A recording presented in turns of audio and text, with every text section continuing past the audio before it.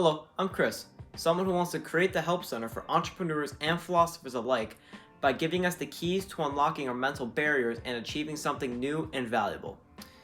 If you're new here, welcome, and if you're not, welcome back. And today I'm going to be talking about how to set realistic standards to meet goals that are possible by us now. The reason why I say this is because I have a experience where I tried to set goals of really high top performing people, even though I am currently just someone who's average or just a little bit above average. So setting this expectation of trying to become like someone at a very high level in a certain area is very inhuman and very ignorant of the fact that you have to understand how that thing works. You have to be the fool before becoming the master. That's a quote from Jordan Peterson that I really like, and he taught me that this standard is something that needs to be implemented before you can actually go and presumably master or get good at any skill. So this brings me on to the next point, that setting standards should match your identity by using external sources. In my case, I use Jordan Peterson as my external source to understand that I have to be stupid at something first before I become good at it, and to be able to display my skills in such a way where it attracts an audience, right? And I believe that the reason why this happened is because I am the most biased version of myself. And I want to put that into an actual perspective here for everybody, because when you think about how you can do something, oftentimes you lean into a lot of bias towards, oh yeah, I can do this thing very easily, if you're a confident person, right? If you're not a confident person, maybe you lean into more of, oh, I need someone else to do it, I can't do it. Now, obviously there's plus and minuses to both sides, which are obvious to us, or if not, the plus and minuses for the confident side is that you often get a lot of arrogance and humbling that happens, which I believe is better than being less confident, because from my experience, being less confident in certain things, it really just limits you, and you don't really learn that many lessons because you don't actually go out and do the things that make you learn the lessons, right? In doing so, when you try to set these standards that are not matching with your current identity, you really end up creating some sort of like alter ego that doesn't actually match with what you want to develop to be, and you really just become not that much of a human being, rather more of just some blank creature. It's really weird, but just don't do it, and you can learn from my experience. So there's that part there. And another lesson I learned is that people gain access to setting higher standards by doing the actions, not the other way around. So by doing the action first, by knowing that you can do 20 push-ups, you can then set the standard that you'll always be able to do 20 push-ups.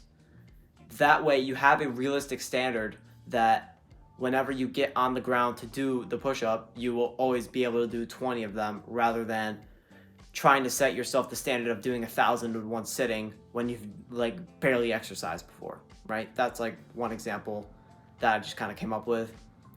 And I don't see. All right. Now, oh yes, that's what I was going to say. Sorry. So a lot of people often will counteract this idea of trying to set realistic standards with the idea that they want it rather than need it, so then they can kind of slip up and ignore it. But the issue here is that when you think in hindsight, you always think that you wanted those higher standards. You always think that you wanted to do something. So allowing yourself in the present moment to slip up like that is what ends up causing that past and future dilemma of people wanting to desire to be something else, but feeling that they're detached from becoming that certain thing. This happens quite a lot, actually. Like, a lot of people experience this sort of disconnect between their identity and their goals. And then they distance themselves even more by telling themselves that they can't do it because of this distancing. instead of actually looking internally and saying, okay, the problem here is that I am setting my standards too unrealistic. So maybe if I set them at a more moderate level, but keep them aimed towards my purpose and my goal, then I'll be able to accomplish it and match my identity with my purpose or my goals or whatever you want to call it, right? And understanding this will help you set expectations in terms of comparing yourself to you today and not to someone else was yesterday. Or wait, I messed that up. Sorry.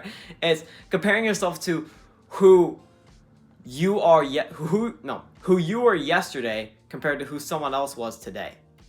And this is another idea that a lot of people get mixed up and they actually mix the two ideas of setting the unrealistic standards and comparing themselves to somebody else, that they end up creating even more of the split that we were talking about previously.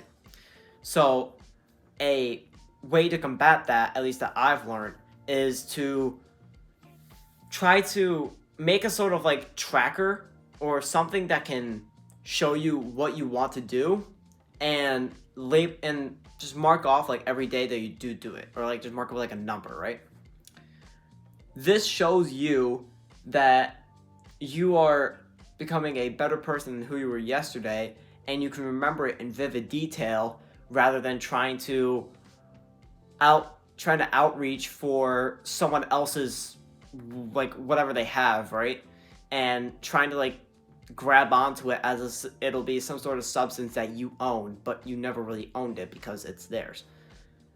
The interesting thing is that when talking about this human substance, or rather this ability to mold something out of whatever you are, it's that it has to come from internal. When you are molding something into your goals and your purpose, you have to get the internal drive in order to go and do that thing, right? And what neurologists are figuring out is that is actually the chemical release for dopamine, which when you get that basically shows you that you should be going towards this thing. It's a biological like metric that shows you, okay, this is something that will develop you in a better way compared to doing some other activity that maybe you never really thought you had interest in, and you don't have interest in. Simple. So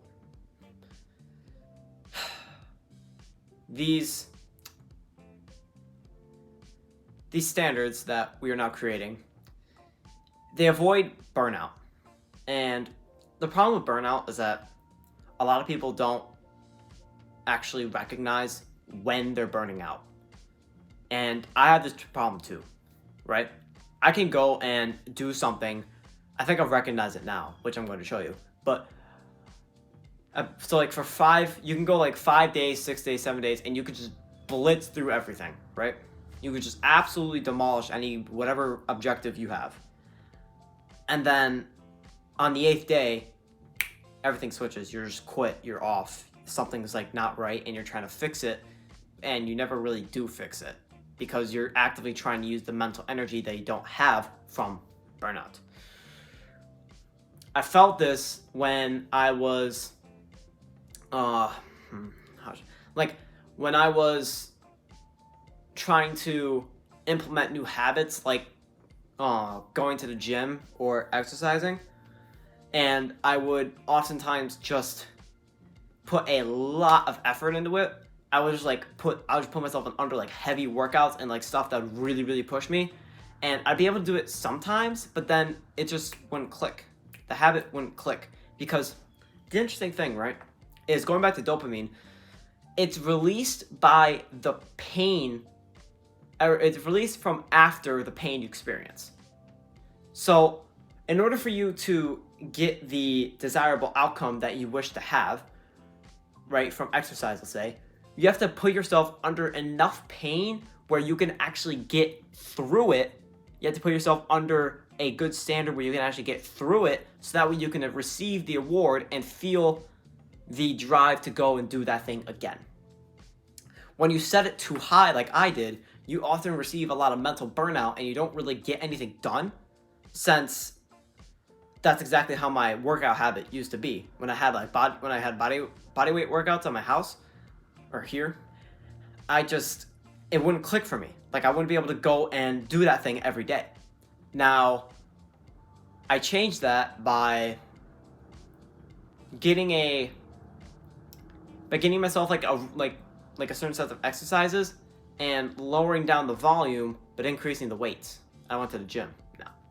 So that really helps me to, like, even today, it really helps me to be able to actually consistently work out and not just go there and try to absolutely push through everything and then die and then not go a week later like most people do. So with that being said, it's really important to understand the balance between over pushing yourself and then being lazy. Now, I'm not really going into being lazy because a lot of people know exactly when they're lazy. It's a lot harder to understand what burnout is as a concept, but being lazy, you can feel it. It's like an emotion almost. When you're sitting down and you're not really doing anything productive, or you're not really doing anything that you want to be doing, you often feel that laziness. You feel it and you're like, oh, and you kind of like turn off your brain. You turn off your consciousness and you just let your lizard brain or your monkey brain or whatever you want to call it, you kind of just let it fire. You let it go active. But when you let that thing go active, you know it doesn't do you good. So I don't want you to keep letting that occur. So one thing that I recommend you do is figure out what works for you to unlock the conscious part of your brain when you're in those moments and be like, okay, maybe I feel like shit.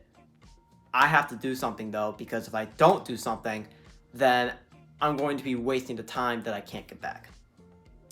So, going on from what that says, or what I just said, if you know the book The Way of the Superior Man by David Data, it outlines this topic of pushing yourself just to the edge. And this is a really important thing to learn, especially when setting your standards, because as I'm setting my standards now, I look around and I see that, okay, not only do I want these standards, but I want them to be challenging, but I also don't want them to be relating back to that exercise moment where I really just could not do it. So this concept really related to me, and I want to share it with you. It's basically the idea of taking your abilities of what you can currently do and just leaning over the edge when you can use some of them to help you, but they don't exactly give you the solution to everything that is there, right? Maybe you're trying to increase your mental health and you don't really know how to meditate. So you go and you learn how to meditate, and then you increasingly look at different varieties of it and trying to see which one is more effective for you. That is an idea, I think, of what pushing the edge is, since you're allowing your mental capacity to be growing at such a rate where you're not exactly burning out from it, but you're not allowing yourself to get off easy. And this trait, at least what I think, is that it will develop us into the people that we want to be compared to the person that wants to be somebody else. Let's see what else I have here. Oh yes. So, bring it back to earlier about the expectation of getting someone externally to set your standard for you. Keep in mind that the standard has to be aligned to your goals. And keep in mind that you must have an objective or checkpoint or something that you can use to get to that standard. And I want to advise you that you want to turn this standard from a want into a must, because people's wants and shoulds don't really get accomplished very well. They don't actually get done because it's just rather them saying that they want to do it rather than them actually doing it. But instead, if you set the standard, if you set it as a must, like brushing your teeth, you must brush your teeth. or else you're like this disgusting thing that is walking around with stinky breath, right? So if you do that, then you can go, oh wait, this is the point where I get to, what was I gonna say? I totally messed that up. And when you turn this into turning it into a must, brushing teeth, right? You then get into the mentality that if I don't do this thing, there is something wrong. There's something, like, just something weird is going on, and I need to fix it so I can do that thing, right? When you don't shower, right? You look at yourself and you're like, what the hell is wrong with me? I need to take a shower. Let me find some time to take a shower. And you end up taking a shower.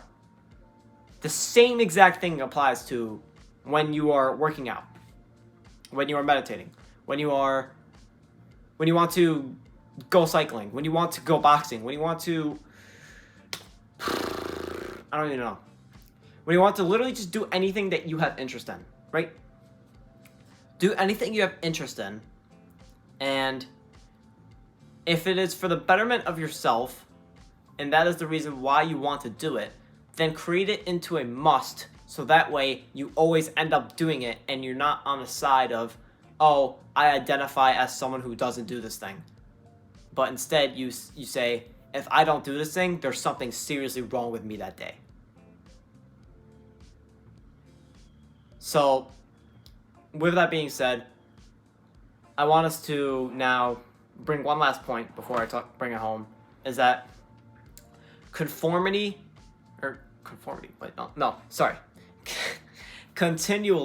set your standards a little bit higher as you grow.